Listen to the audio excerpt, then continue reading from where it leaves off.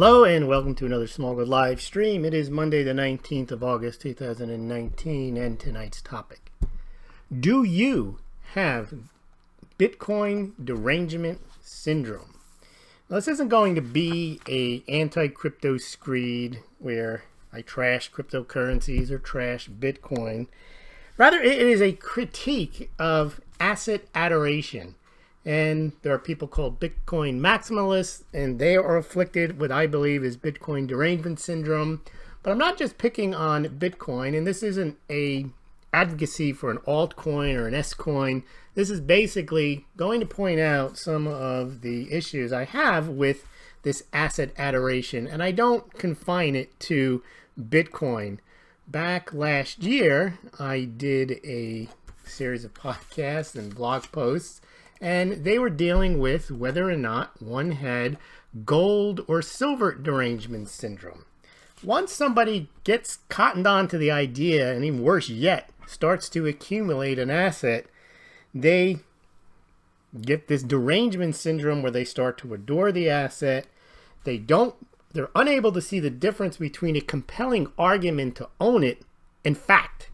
They conflate the two. Whatever argument is in favor of gold or silver or Bitcoin or whatever other asset they're in love with, that becomes a fact, and a point in its favor becomes an absolute, and anything else is to be disparaged. And we see that all the time. There are people who like gold and hate silver, people who like silver and hate gold.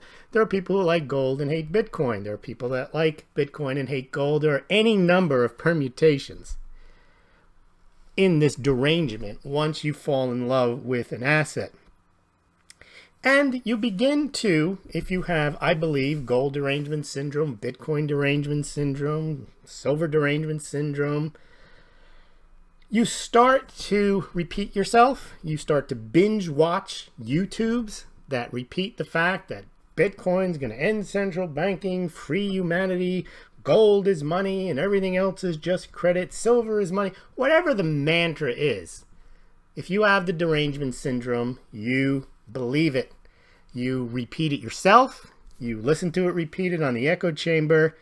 And you read books and blog posts and tweets on the particular syndrome you may have, the particular derangement syndrome you may have. And then you also get quite annoyed at people who don't agree with you and point out, well, maybe, but. No, there is no but. Once you have Bitcoin derangement syndrome, you become a maximalist. And what happens is, not only do you start to lose your reason, you'll cherry pick facts, you'll invent facts, or perhaps misinterpret what's happened in the past. And sometimes what happens is people will present their point of view. They'll give you a nice history of what's happened and therefore conclude everything was just like before, and therefore Bitcoin is just like a gold, and everything's going to be that way because there was a gold standard and now there's going to be a Bitcoin standard. Maybe. Now, there's a lot of flaws in these arguments, but no one wants to hear them. People just want to repeat what they've heard. It's a lot easier to form a point of view based on what you've heard, what sounds reasonable, what other people are repeating, and that's generally what happens. And then you see somebody, perhaps like me, well, he's only got 4,000 or 5,000 followers. He probably doesn't know too much about what he's talking about. So, let's not listen to him. Let me go and watch 7 more YouTubes that confirm my opinion, because that's what I own. I own Bitcoin, I own gold, I own silver, whatever my particular derangement might be. And we see it constantly. Now, I do want to look at particularly Bitcoin tonight and Bitcoin maximalists and the way they view things. And a while back, I also challenged the concept, and it wasn't meant to be a promotion of Litecoin. I don't have Litecoin derangement syndrome. I am well aware of the deficiencies of Litecoin. But I'm also well aware that there are deficiencies in Bitcoin. There's deficiencies in gold. There's deficiencies in silver. There's no such thing as a perfect asset. Try telling that to someone who holds gold. Gold is money, and nothing else. Everything else is just credit. Silver is money. It's been money for thousands of years. Everything else is just a digital illusion of wealth. Bitcoin is the only coin. You hear these people insist that whatever asset they're in love with is the only asset. And I simply pointed out that if you are a fan of decentralization, you believe that decentralization is a key feature to Bitcoin, to me it seems, I don't want to overuse the word ironic, that you would think there should and only be one coin. And I've heard people dismiss the idea that, well, there's really no use case for Litecoin. It's just, at best, it's backup Bitcoin. And, you know, if there was a problem with Bitcoin, the community would just figure it out. We don't need a backup. Well, that's not decentralization. What if the community doesn't figure it out? What if you do need a backup? Oh, no. We love Bitcoin. Bitcoin always works. Bitcoin always has worked. Bitcoin always will work. You don't know what you're talking about. You're promoting an S-coin. No. I'm just saying that there is that argument for an S-coin.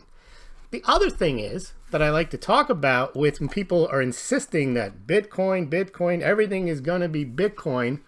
Well, what happens if people who love Bitcoin so much that they don't want to use anything else, they don't want to use it, they want to hold on to it, my precious Bitcoin, and they're never going to let it go? Well, then there's need for another coin that could be transacted, a few other coins that could be transacted, and ones that are secure. Now, they don't have to be as secure as Bitcoin, but if they're faster and secure enough, well, maybe they'll be used. And we see these Bitcoin maximalists. I think they're just like Peter Schiff versus Bitcoin. Bitcoin maximalist versus altcoins is like Peter Schiffism versus Bitcoin. We've seen that. And a few days back, what else did I write here? Let's see what we got here. Bitcoin maximalists, a couple of tweets here. Yeah. Back on the 12th, I said what they don't realize in saying there's no use case for Litecoin, there's no point in it. It's exactly what normies or no-coiners say about Bitcoin, thus easily coming across as extreme cultists. In my point of view, I think they are. Because there are people who actually think Bitcoin has no use case. Nobody uses it. Who would want to use it? It's not really secure. It gets hacked all the time. These are the same people who trash other coins, not realizing that this is what people say about Bitcoin itself. And Bitcoin maximalist extremists spend as much time bashing Litecoin as Peter Schiff spends bashing Bitcoin. Absolutely true. They can't see that something else might exist out there, that there's room always for other assets. There's not one asset to rule them all. Now, Eric Voorhees, a few days later, actually made the point and got a lot of attention. He said maximalists, as I was saying a few days earlier, disparaging all other cryptos, sound an awful lot like no-coiners. Bingo star. Disparaging Bitcoin. Scam, Ponzi, bag holders that'll never work. Sound familiar? What's the use? We already have X. Why do we need Y? Well, decentralization is why you need Y, perhaps. Blah, blah, blah. Embrace the diversity. This is what open market in finance looks like. Now, that is correct. Now, here's the thing. If, indeed, it is self-evident that gold is money, period, and that Bitcoin is useless, as the Peter Schiffs of the world might say, or that there's only one coin, everything else is crap, well, then you don't need to say it. Because if it really was self-evident, you wouldn't go around every day posting videos, doing YouTubes, tweeting that the sun's going to rise tomorrow. Why would you do that? It's obvious to everyone. Now, it ends up because you have Bitcoin derangement syndrome, gold derangement syndrome. You need to tell people how the world is going to be. You need to tell people this is a derangement, how things are, how they're going to be. And if you don't understand, there's something wrong with you. This is what we see constantly with Bitcoin maximalists, with gold, people with gold derangement syndrome. It's a never-ending barrage of I'm right, everyone else is wrong, and you don't understand. And actually, I view that as a derangement. Now, there's another theory out there that somehow, well, this is all based on smart people have realized, and they've learned through history, that people coalesce around one money, and that money was gold. Okay, so they use that, and therefore a Bitcoin is like gold. That's what they've been saying. Bitcoin is like gold, and therefore there's an analogy. And if that's the way things are going to be, there's already so many assumptions just in that part that therefore there will only be one coin, and that coin will be Bitcoin. Well, that glosses over how gold actually became a gold standard. So if you want to make an analogy and you just want to keep it exact as you can, that's foolish, because gold and silver are different than Bitcoin and Litecoin. Bitcoin and Litecoin were invented to be currencies. Gold and silver have a long history, which no book is going to cover every particular instance of how a particular metal was used or why it was used. I'll give you some quick history on that. But first, what the Bitcoin maximalists fail to point out is that when gold was the standard, that was a standard. It wasn't everyone just agreed. People around the world holding hands decided that, yes, gold is what we all like to exchange. No, gold standards were set by the government. Both the classical gold standard of the late 19th century and the Bretton Woods agreements of 1944 were agreements amongst nations that decided to give the dollar the world reserve currency, and that it would be backed by gold. That was set by government, was not set by the people. The only reason you had a gold standard is because governments agreed to it. Now, not only when you had a gold standard was it set by governments, they also decided to either fix the price of it or to fix their currencies to a unit of gold in the classical gold standard and to the price of gold of $35 an ounce in the Bretton Woods Agreement. And during that time period of the Bretton Woods Agreement from 1944 to when Nixon ripped up the agreement in 1971 on TV, gold was not the predominant transactional currency. During most of that time, up until late 1960s in the United States, up to 1965 and after, because the silver coins, even though they were taken out of or they stopped making them in 1965, they were still in circulation. So the predominant transactional currency was silver. And during the Bretton Woods Agreement, not only were people not transacting in gold, they were transacting in silver and in dollars, but it was illegal to transact. It was illegal to hold or own gold. Now, if you want to make the analogy there, the Bitcoin analogy falls flat.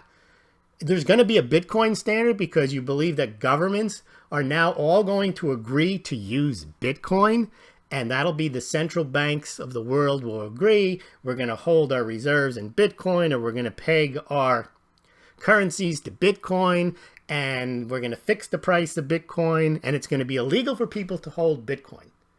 The analogy doesn't hold because the Bitcoin theory or the Bitcoin mantra is that it's going to be a universal currency that everyone's going to use. Now, I guess you could say, well, we'll just eliminate central banks. You got a lot of assumptions there. That somehow it's possible Bitcoin could become used across the world.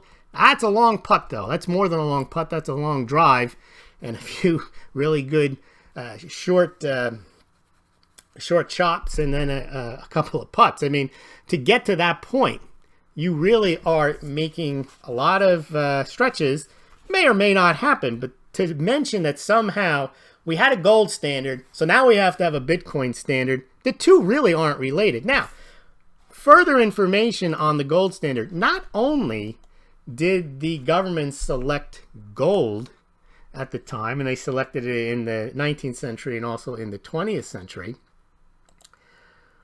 but gold, one of the reasons that the bankers selected gold in the late 19th century over silver was there was a political, and all of these periods of time when people choose or governments choose between gold and silver, there's a backstory. It's not because one metal is superior to the other as a medium of exchange, as a store of value, because it's more divisible, because it's more durable. No, in fact, silver is probably more durable than gold and is more divisible than gold. So in many cases, silver is a superior money in the pre-digital age. But just a quick example as to why gold was not selected, but was actually politically railroaded through in the 19th century and the 20th century, was because silver was an inflationary metal. It had nothing to do with the properties of silver. It had to do with the fact that there was a movement called free silver in the United States after the gold rush of 1849. Gold was plentiful more than silver at the time, but then silver became massively plentiful because Nevada had the Comstock lode and there was a bunch of findings of silver, which meant under free silver that people could bring silver to the U.S. Mint and have it stamped into a coin that weighed 0.77 ounces, less than an ounce of gold, into a silver dollar. Well, that was great because the price of silver, the amount of silver that you can put into that coin was about 28 cents, depending on when you were bringing it in, which meant you can turn your silver in and get $1. Well, that's inflation. That's just printing money, bringing your silver in, asking the government to put $1 on it when gold was much more stable. So the moneyed people of the coasts, the Republican Party, were in favor of gold because at the time, inflation did not help rich people. It hurt rich people, and inflation helped poor people who had mortgages on their farms and so on. So the silver Democrats were always pushing for silver. You have the Cross of Gold speech by William Jennings Bryan when he ran for president in the late 19th century. But again, this has nothing to do with everyone just coalesced around gold because it was superior money, and therefore everyone's going to just coalesce around Bitcoin because it's superior money. No, that's not what happened, and you don't know what's going to happen in cryptocurrencies. You don't know which cryptocurrencies will be adopted by the market. You can't just say, well, there's an analogy. I read a book. I've seen a lot of videos on YouTube, and therefore everything else doesn't work. It's only Bitcoin. Now, here's just another analogy. Now, we talk about, or Charlie Lee has talked about, that Litecoin is silver to Bitcoin's gold. And the problem with that analogy is, many people have pointed out, well, Bitcoin is divisible too. So why do you need a more divisible coin? You know, you print 4 times as many of them, or you've got a hard cap of 84 million versus 21 million.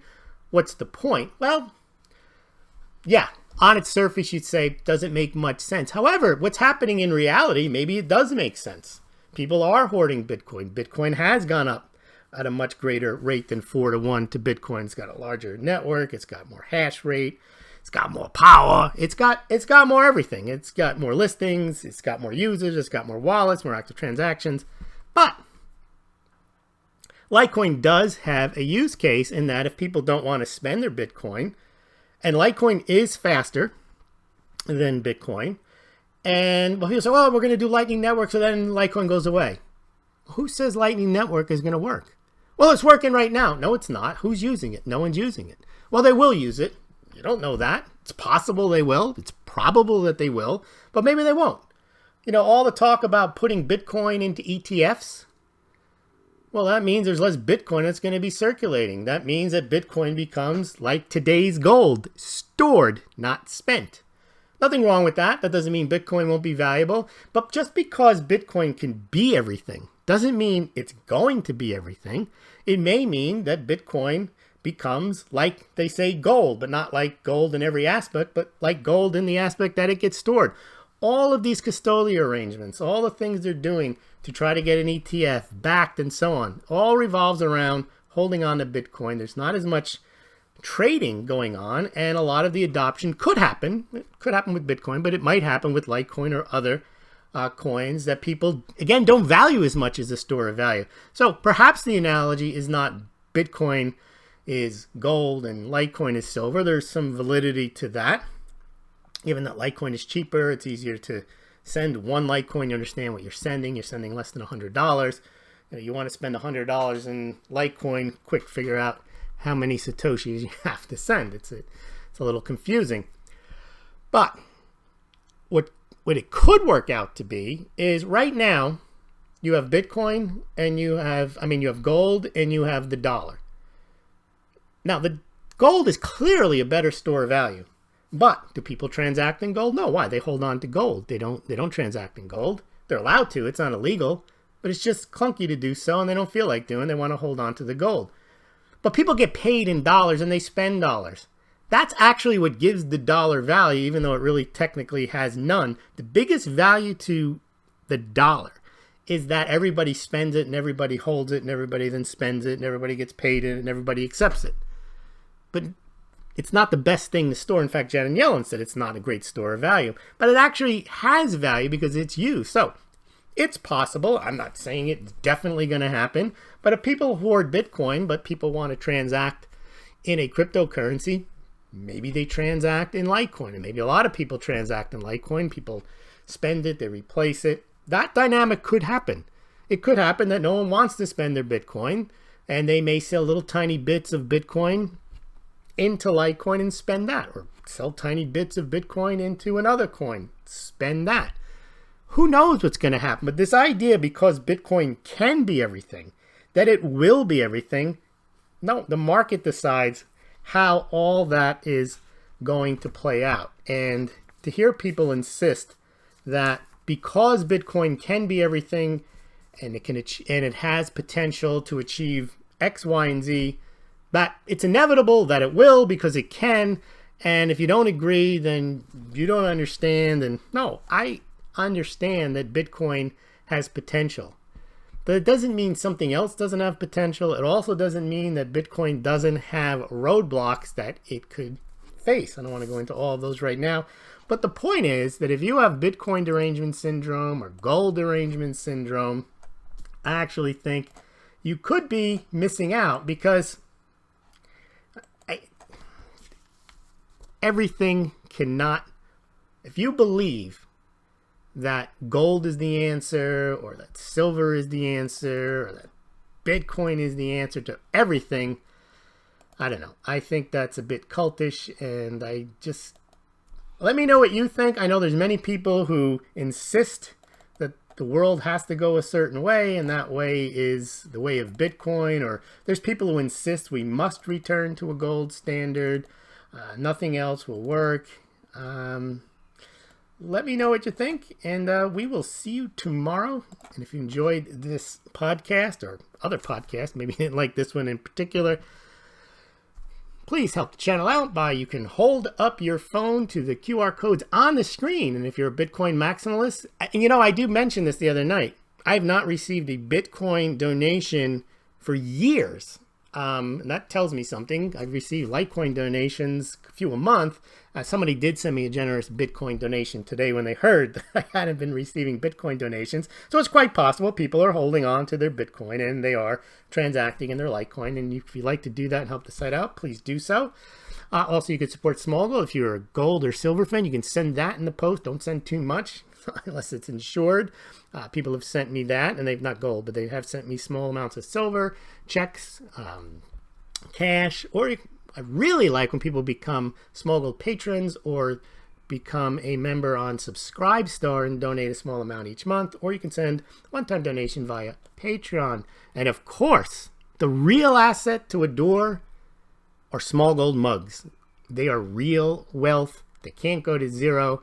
Mugs have been drinking vessels for thousands of years. So all your mug buying options are below this BitChute, below this YouTube. And also subscribe to smaulgld.com. You'll get an update every time we post a video, which is generally almost every day. Also, please subscribe on BitChute. And if you have to continue to watch on YouTube, well, subscribe there too. Thank you very much.